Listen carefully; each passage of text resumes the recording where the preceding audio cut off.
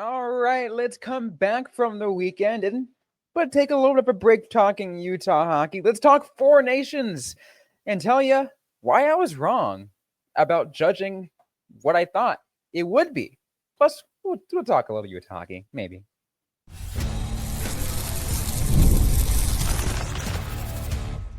You are Locked On Utah Hockey Club, your daily podcast on the Utah Hockey Club, part of the Locked On Podcast Network, your team every day.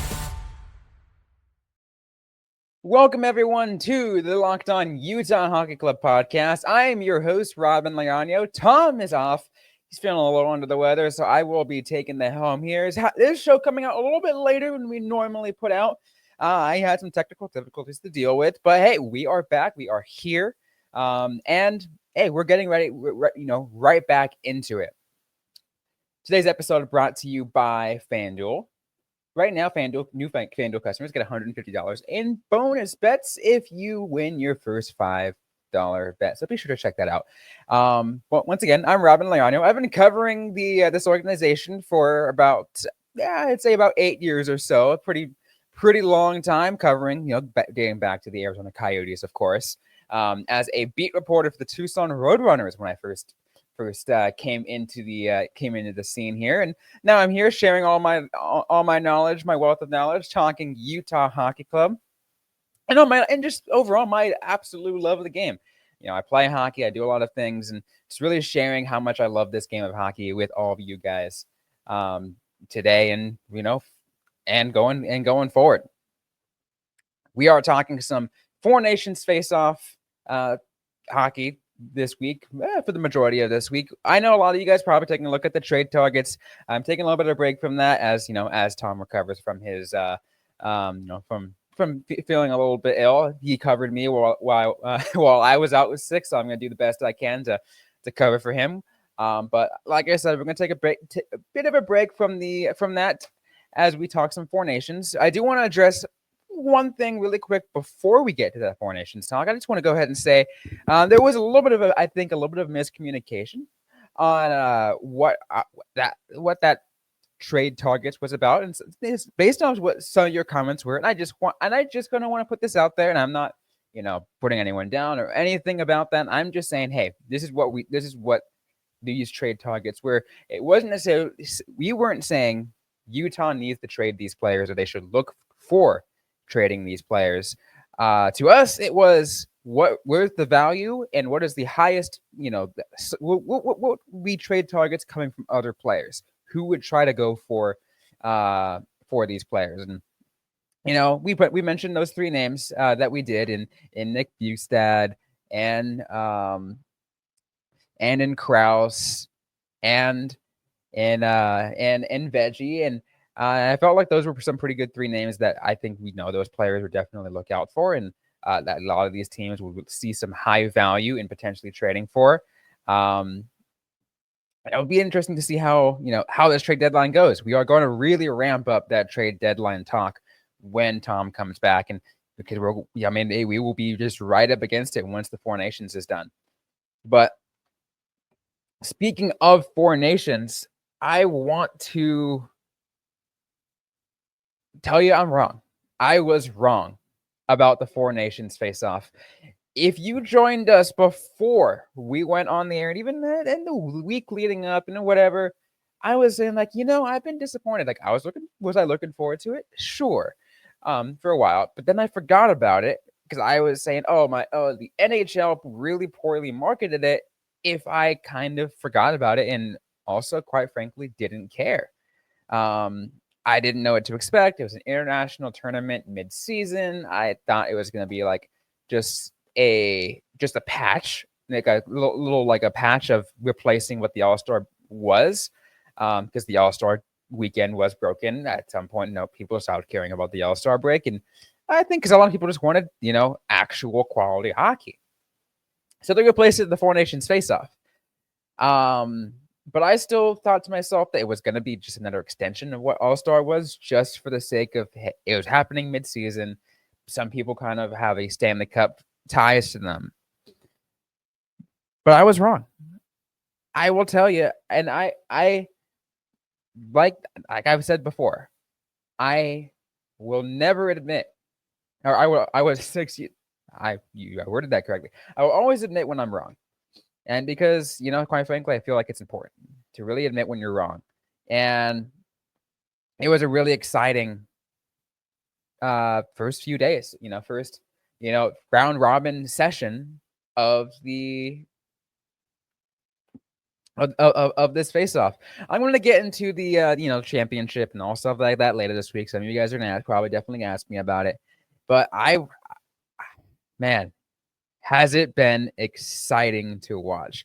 No matter who you were shooting, who you were rooting for, or how it goes, this Four Nations face off has been some quality hockey. I'm going to get more into it, of course. But I'm just going to say for the overarching bit for this first segment, and just say, hey, this was some quality hockey. I was excited to watch every minute of it, no matter who was playing, whether it was U.S. versus Finland, Canada versus Sweden, of course, U.S. versus Canada. I'm going to get into that, but it was exciting. These players were into it. And it really worked. And again, I will expand on that. But before I do that, I just want to take a quick break so I can tell you about our sponsors on today's show.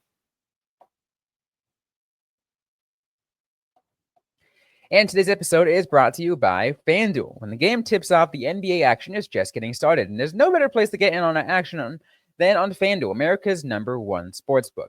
With FanDuel, you can place live bets throughout the game. So even if you miss the opening tip-off and want to bet on a fourth quarter comeback, you can stay in the action. And if you're looking for a bigger payout, you can even combine your live bets into a same-game parlay. I always love to use those parlays and do same-game parlays. Sometimes I'll just do a dollar bet on those, and I thought, and maybe I was like, hey, who knows? Maybe I'll come out on top and become become rich overnight because I just have some really good luck. FanDuel's got a really good way of piecing it together. I really think it's really intuitive on using it. I really highly recommend you guys check it out. It's really easy to use, and when you win, you get paid instantly. Right now, FanDuel customers get $150 in bonus bets if your first $5 bet doesn't win. Just visit FanDuel.com to join today. That's FanDuel.com for your shot at $150 in bonus bets. Make every moment more with FanDuel, the official sports betting partner of the NBA.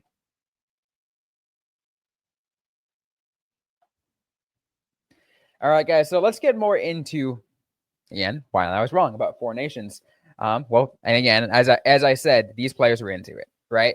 They treated it like really many other international games, whether it was a spring off of what the Olympics are, or if anyone remembers the World Cup of Hockey back in 2016.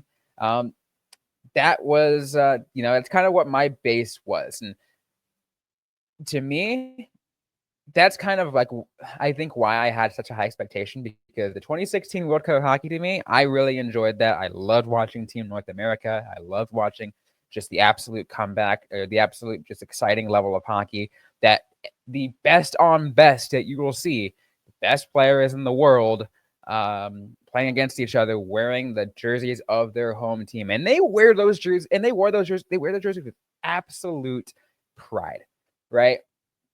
And I feel like that's what I underestimated. I underestimated just how prideful these players are of their home countries, just how prideful the Americans are to wear the USA patch on their jersey, or the Swedes, or the Finns, or the Canadians. They all have that level of pride on them. And to me, I don't know why I underestimated it. Maybe it was just because it happened mid-season. And to me, I was like, yeah, some of these players have Stanley Cup hopes. They're not going to give it their all, whatever. I don't know why I thought that. Again, because it's an international game. You are representing your home country, and you have so many fans from your home country watching these games. saying, "Hey, you're representing us." And I feel like that's what's all that more important. What I have liked to see more teams in there, of course. I would have loved to see, if anything, like another version of like from the World Cup of Hockey, like a Team Europe, for example, where you get players, like some of the best players from Czechia or from Poland or Slovakia or really any of the other countries, or Switzerland, Germany, a lot of the other ones that weren't represented. I would love to see, because I feel like some of these would love to be able to represent. And again, it'd be a different kind of umbrella, but I mean, why not? Why not give them that opportunity? I know next year it's going to be different because we're going to have the Olympics next year, which is going to be, to me, I think, all that more exciting. But that's what I would like to see, next time, just a little bit more representation, because I feel like, again, a lot of these players got the opportunity to do that. And some players, some of the best players in the world, and, despite how whatever situation is going on there, some kind of representation of Russian players, because those Russian players, they also have that level of pride in them. So, and there's some really amazing Russian hockey players out there who would probably make the tournament all that more exciting. So that's that. I will also say that the level of rivalry too, I tend to forget. No matter who you are, I think when it comes to best on best, US versus Canada, that's gonna, like, that to me is all that extra special. By the time you guys are listening to this, Canada beat Finland in their final round robin game. So Canada's going on to the championship game alongside Team USA. So we're gonna have a little bit of a grudge match over in Boston. Team USA versus Canada. One of the best rivalries in hockey, by the way. I will say that. Team USA versus Canada, one of the best rivalries in hockey for both men and women. I think women's, to me, I'll be honest, the women's US versus Canada is my favorite, but that does not diminish in any way, shape, or form the men's game, because, oh my goodness, if you didn't watch round one between those two teams, 3 fights in 9 seconds. That's all I'll say. That shows the rivalry and how much this means to them, and how just absolutely awesome that they put out that effort. All right. Now I am going to get into the, that nitty gritty in a little bit later this week. I am definitely going to preview that US versus Canada. I know some of you probably are asking me, hey, what about the Utah Hockey Club players? What happened to them in Finland? Maybe you weren't paying attention. Maybe you didn't pay attention because you listened to me in the first place and didn't care. If you did, I apologize.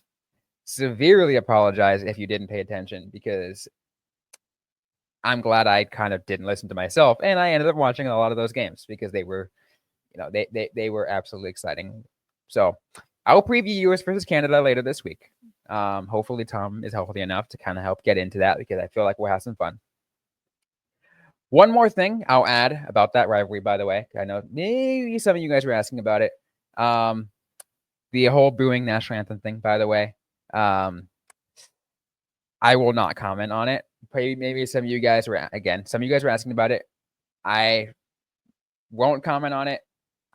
I know some of you guys have thoughts, but it is like, that's, a rivalry. Two, it's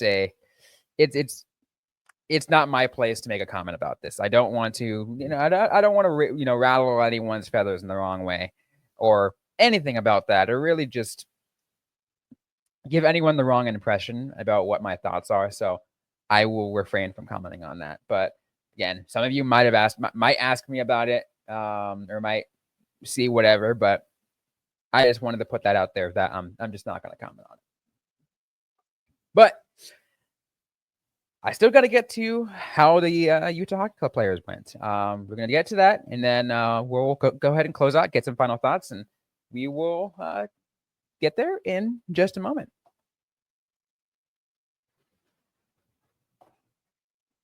And today's episode is also brought to you by Select Quote. In sports, having winning strategy is everything. It's how the best teams make it to the Super Bowl, the World Series, and the Olympics. The same goes for life. Having a strategy like life insurance from Select Quote can protect your financial legacy and keep your family's future secure. Select Quote makes it easy to find the perfect life insurance policy. As one of America's leading insurance brokers with nearly 40 years of experience, they've helped over 2 million customers find $700 billion in coverage since 1985. What sets Select Quote apart is their personal touch, unlike other brokers. They offer a one-size-fits-all policy. Their licensed agents tailor coverage to fit your unique needs. If you're in good health, you might even qualify for same-day coverage of up to $5 million for no medical exam required. And it's more affordable than you think. You can get up to $1 million in coverage for as little as $20 a month. So get the right life insurance for you, for less, at selectquote.com/lockedonnhl. Go to selectquote.com/lockedonnhl today to get started. That's selectquote.com/lockedonnhl. SelectQuote, they shop, you save. So maybe you guys were waiting all this long and kind of just wanted to skip through all the, all my just ramble. You wanted to skip all that just to hear how Utah Hockey Club players did in this tournament. And I'm going to get to that right now.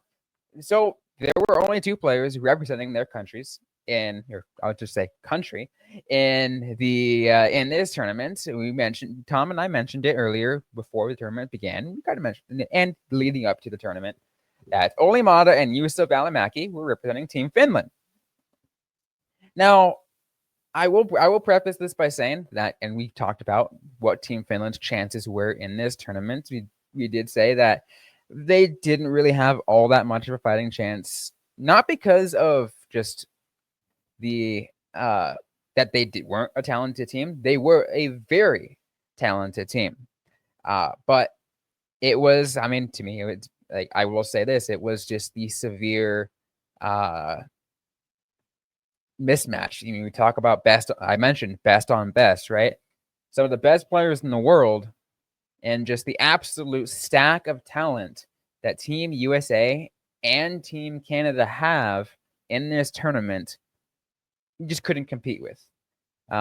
Sweden, I felt like, had a pretty good run. Finland had a really good run, but they honestly didn't make it. Sweden is just going to be playing for pride. By the time this is posted, that game might be starting, or you guys might be listening to this after that game. So I will say this: I'm recording this, and U.S. versus Sweden has not happened yet.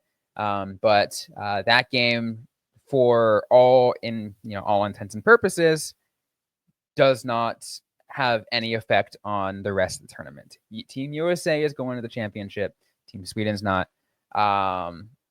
And after this game, Sweden players will be going back. Finland players are also returning back to their respective clubs in the NHL. But how did the Utah Hockey Club players go? You were asking as I went on that tangent. Wow. Anyways, Team USA and I keep doing that to myself. Team Finland had their 2 players, Välimäki and Maatta.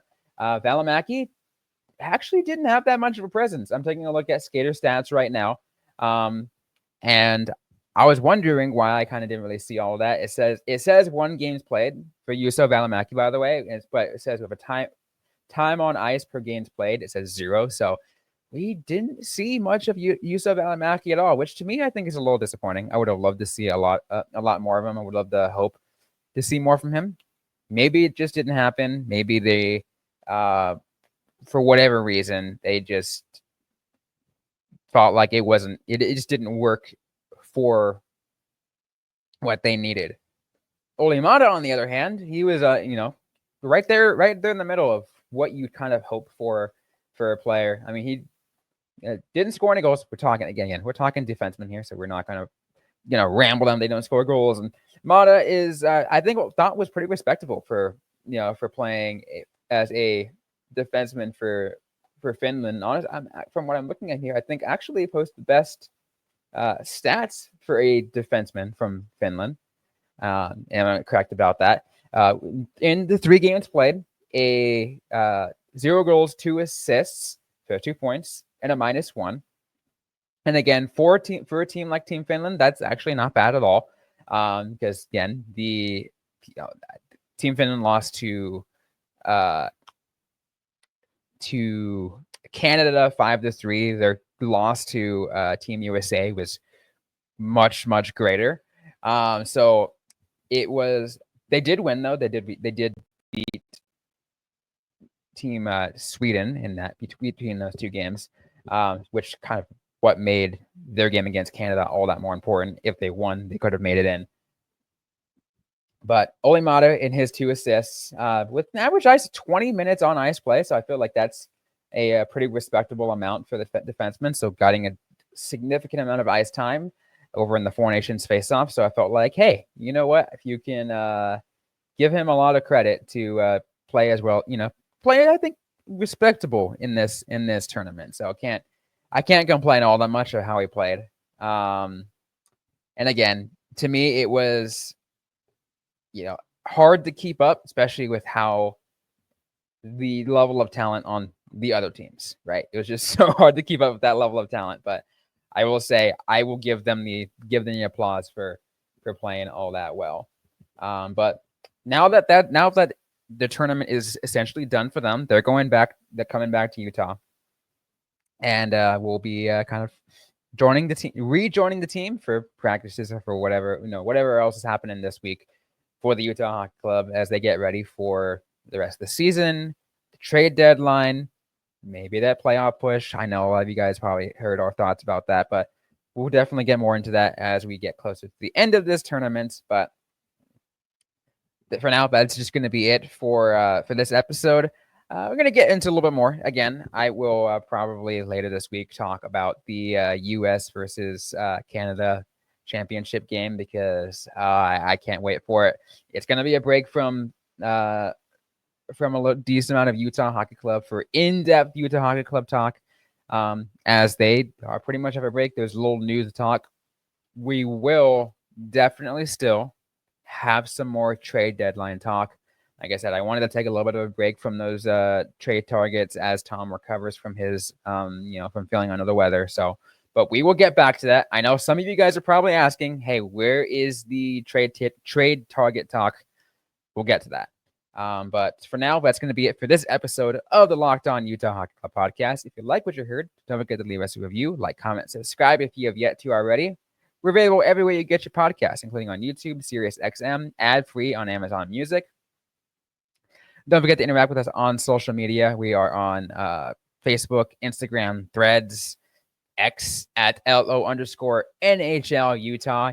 You can personally find me at Robyn_Leano on X. You can also find us on Blue Sky at Locked On Utah Hockey. I'm personally at Robyn Icetime. You can see that below. That's ROBYN, capital ICE, capital TIME. So you can find me there on Blue Sky. I'm not as active there as Tom is. You can find him at Tom Talks over there on Blue Sky.